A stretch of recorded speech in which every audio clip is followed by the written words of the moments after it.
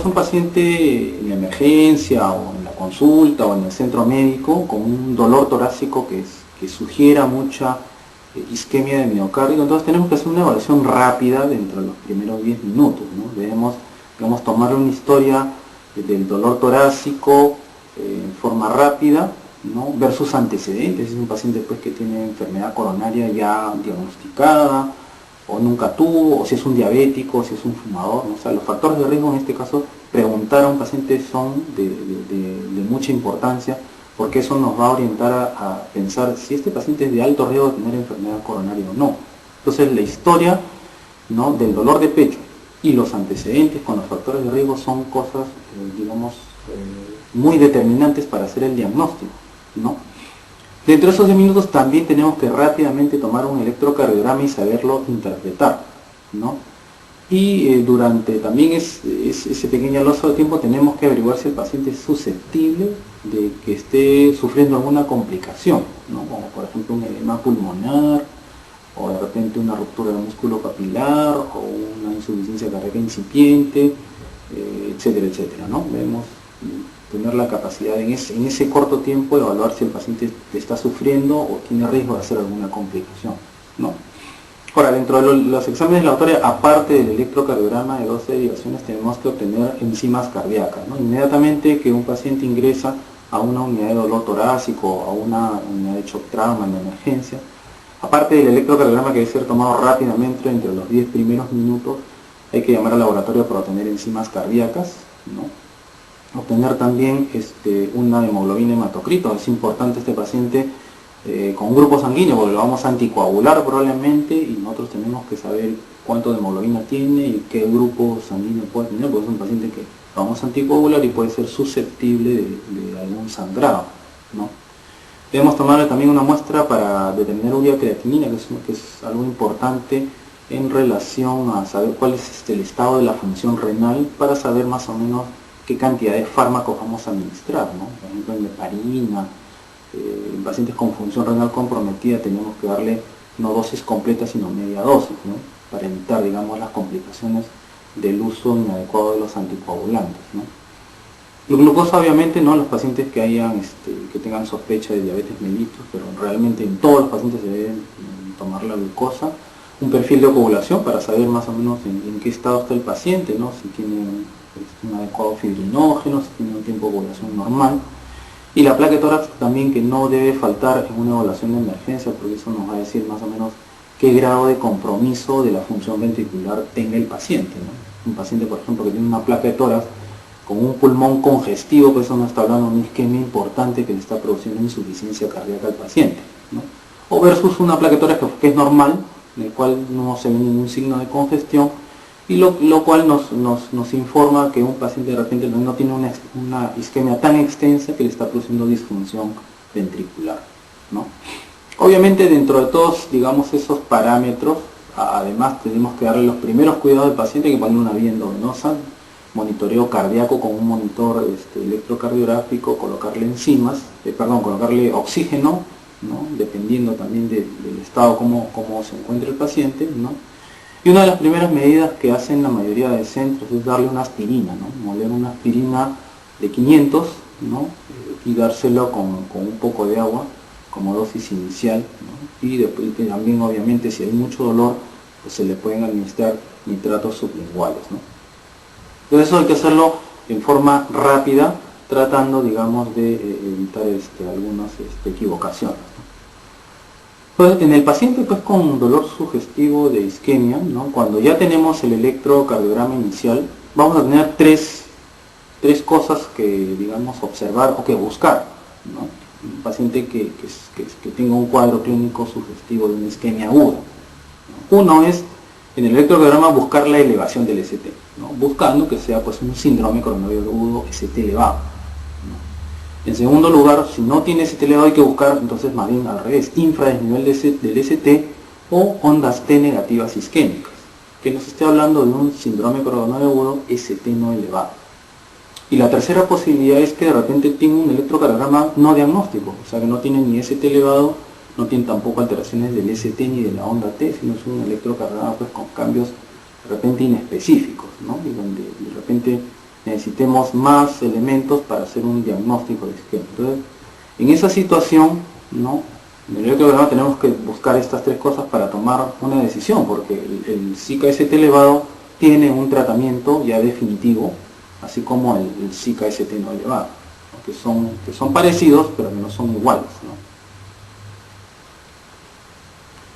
Fíjense, nosotros desde el comienzo que vemos al paciente ya estamos calificando su riesgo, ¿no? Por ejemplo, desde que el paciente nos habla de dolor de pecho, y nosotros exploramos qué características tiene ese dolor torácico, nosotros ya podemos decir, este paciente es de alto riesgo o este paciente es de bajo riesgo, ¿no? Por ejemplo, si es una angina de reciente inicio o de reciente comienzo, ese paciente tiene más riesgo que otro tipo de angina, ¿no?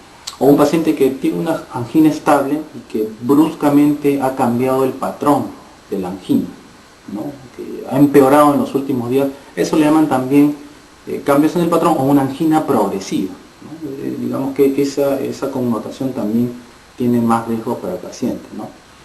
Si es una angina prolongada, que ha durado pues más de 20 minutos, más de 30 minutos, este paciente también tiene un riesgo diferente a un paciente que tuvo un dolor que solamente lo tuvo 5 o 10 minutos o 3 minutos, ¿no? Entonces es diferente a un paciente que tiene un dolor prolongado de 20 30 minutos, ¿no? Y ahí la condición es más severa, ¿no?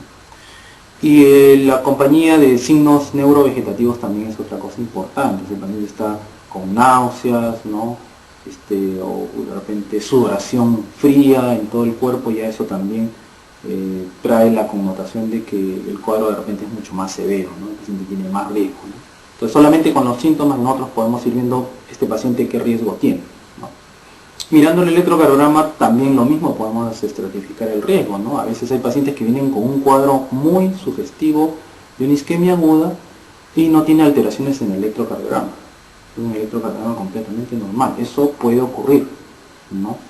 Versus el paciente pues, que llega pues, con supradesnivel o con un infradesnivel, ya también eso digamos que tiene peor pronóstico, ¿no?, y tiene digamos mucho más especificidad de síndrome coronario agudo, evidentemente, ¿no? En las alteraciones de la onda T, digamos que el riesgo es un poco menor, pero de todas maneras hay que confirmar el diagnóstico con otros métodos, porque a veces las alteraciones de la onda T son bastante inespecíficas, salvo que sean unas ondas T muy negativas y simétricas, entonces eso de repente sí puede hacernos pensar que definitivamente el paciente tiene un síndrome coronario agudo, ¿no? Definitivamente los biomarcadores cardíacos son de ayuda, especialmente en el síndrome coronario agudo ST no elevado, ¿no?, en los cuales incluso nos van a ayudar para hacer el diagnóstico o para estratificar el riesgo en forma rápida, ¿no? No es lo mismo hablar de un Zika-ST no elevado con troponinas positivos, que tiene un peor pronóstico, de un Zika-ST no elevado con troponinas negativos, ¿no? Entonces, en este caso, por ejemplo, los biomarcadores cardíacos son muy útiles. Para el caso del Zika-ST elevado, no se esperan los biomarcadores, las troponinas o las enzimas cardíacas para tomar una actitud terapéutica, ¿no? En Zika-ST elevado, de frente el paciente se hace el diagnóstico con el síntoma del paciente y con los cambios electrocardiográficos. Con esas dos cosas se toma la decisión, ¿no? En el Zika-ST no elevado, sí podemos nosotros obtener marcadores cardíacos como las troponinas o las CPK para tomar, digamos, una opción terapéutica más adecuada. Después hay una estratificación de riesgo según Braunwald para determinar la probabilidad, porque a veces llegan a la emergencia cuadros que no son muy, digamos, no son como el libro nos dice, ¿no? Como lo dice tan bonito en el libro, no son cuadros así. A veces llegan dolores torácicos muy difíciles de evaluar, a veces el paciente no lo refiere bien, ¿no? Entonces parece que es probable que los cambios electrocardiográficos tampoco no ayudan mucho. Finalmente las enzimas cardíacas también podrían ser normales. Entonces, ¿qué hace uno con el paciente?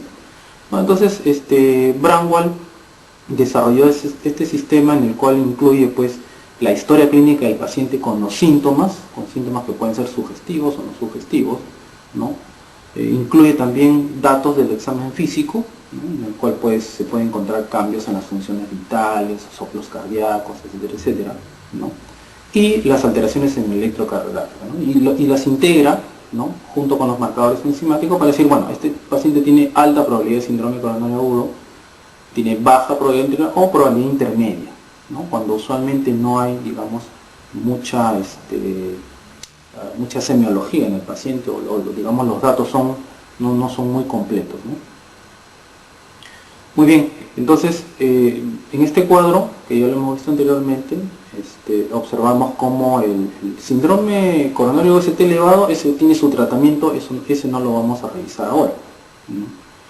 El otro lado, donde tenemos el dolor sugestivo isquemia con un electrocardiograma no diagnóstico, ese probablemente también pues se quede solamente en la unidad de dolor torácico para ver qué cosa es, ¿no? Entonces, tampoco no lo vamos a ver ahora. Lo que vamos a revisar ahora es esto, ¿no? El paciente con dolor sugestivo de isquemia, ¿no? Y que en su electrocardiograma tenga un infradesnivel del ST o alteraciones isquémicas del ST, ¿no? O sea, este es el enfoque del síndrome coronario agudo ST no elevado que requiere manejo en la unidad de cuidados coronarios. Entonces, los objetivos en la evaluación en emergencia de este tipo de pacientes: identificar el paciente que requiere un tratamiento inmediato. Y cuando hablo de tratamiento inmediato estoy hablando de un tratamiento intervencionista, ¿no? O sea, lo que tenemos que hablar acá es qué tipo de paciente voy a apurar, digamos, los análisis y los datos para que el hemodinamista entre rápidamente a abrir ese vaso coronario. O en quién no voy a hacer eso y le voy a dar un tratamiento médico intenso, o en qué paciente no voy a dar un tratamiento médico tan intenso, ¿no? Entonces, digamos que esa estratificación de riesgo en la emergencia debe ser en forma rápida para saber qué cosa vamos a hacer con el paciente, ¿no? Otra cosa importante es evitar altas inapropiadas, ¿no? Por ejemplo, hay pacientes pues, que llegan con un dolor que no es muy claro, un electrocardiograma que tampoco ayuda mucho y con enzimas cardíacas normales, y a veces los médicos se ven tentados a darle de alta a su casa, ¿no? Y regresan después al hospital con ya un síndrome más severo, ¿no? Entonces, digamos que esta estratificación de riesgo sirve también para evitar, digamos, esas altas inapropiadas, ¿no? Y obviamente esto también nos sirve para mantener una relación costo-beneficio adecuada, ¿no? A veces uno peca por exceso y también un paciente pues que no es, digamos, muy bien, no tiene muchos buenos datos, los exámenes de dolor no ayudan mucho, los hospitalizamos, a veces están una semana en el hospital hasta que se hacen los exámenes y se determina que no ha sido un síndrome coronario agudo, ¿no? Pues, no solamente evitamos con esto altas innecesarias, sino también evitamos hospitalizaciones innecesarias, ¿no? Entonces, la estratificación de riesgo es dinámica. Es al ingreso en sala de emergencia, durante la evaluación intrahospitalaria y antes del alta, ¿no? Para ver si es que este paciente pues queda con una isquemia residual, digamos, que amerite darle un tratamiento más estricto, ¿no? Ok, entonces vamos a ver cómo se estratifica el riesgo de los pacientes con síndrome coronario agudo ST no elevado, ¿no? Fíjense que la mortalidad hospitalaria, y ahí tenemos la otra parte de la mortalidad al año, ¿no? Se compara en este gráfico el SIC-ST elevado versus el no elevado, ¿no? Inicialmente, digamos, intrahospitalariamente, el SIC-ST elevado tiene más mortalidad, ¿no? Pero al año los pacientes que sobreviven, los pacientes que hacen un SIC-ST no elevado tienen más mortalidad que el SIC-ST elevado, ¿no? A la larga. Entonces, fíjense la mortalidad después del alta hospitalaria para el SIC-ST elevado y para el SIC-ST no elevado, ¿no? Meses después del alta, ¿no? La sobrevida pues definitivamente para el SIC-ST no elevado es menor, ¿no? Es menor. Entonces, la evaluación de riesgo consiste en evaluar si este paciente va a ir solamente a terapia conservadora o va a ir a una terapia invasiva, o sea, un cateterismo cardíaco con dilatación con balón, colocación de stent o cirugía de revascularización urgente, o va a ir solamente a terapia pues médica conservadora, ¿no? Entonces tenemos, hay un riesgo que le llaman el riesgo TIMI, que es uno de los más fáciles y los que más se aplican, ¿no? Hay otro, el score de riesgo del Grace también, que no lo vamos a revisar ahora, ¿no? Y esto determina pues si es un paciente de riesgo alto, ¿no? En el cual necesitamos hacer una intervención rápida, o de riesgo bajo, en el cual solamente va a ir a un tratamiento médico, o un paciente de riesgo intermedio, ¿no? En el cual vamos a de repente o a dejarlo en tratamiento médico o más adelante llevarlo a un tratamiento invasivo, ¿no? Entonces, la meta de esta estratificación de riesgo es, digamos, dividir al paciente en alto riesgo, moderado riesgo o bajo riesgo, ¿no?